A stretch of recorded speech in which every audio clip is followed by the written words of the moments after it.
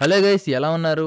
వెంకటేష్ తన 75వ చిత్రం 'సైంధవ్' కథ పరంగా మూవీ రొటీన్ గానే ఉంది. ఇది వరకు వెంకటేష్ గారు చెయ్యని యాక్షన్ మాత్రం ఈ మూవీలో కనిపిస్తుంది. కమల్ హాసన్ మూవీ 'విక్రమ్‌లా' అనిపిస్తుంది. ఈ మూవీలో అందులో ఉన్నట్టు ఒక్క ఎలివేట్ సీన్స్ అయితే ఉండవు. ప్రాణాపాయంలో ఉన్న కూతుర్ని రక్షించుకునేందుకు సైంధవ్ మళ్ళీ క్యారెక్టర్‌లోకి అడుగు పెట్టాల్సి రావడం, డబ్బు అందినట్టే అంది అంతలోనే ఎదురయ్యే చిక్కుముళ్లతో ఫస్ట్ హాఫ్ ఓకే అనిపిస్తుంది. కేవలం యాక్షన్ ఎపిసోడ్లతోనే సినిమా మొత్తం నడిపించేయాలనుకున్నాడు దర్శకుడు. ఎమోషన్స్ అయితే బలంగా పండలేదు.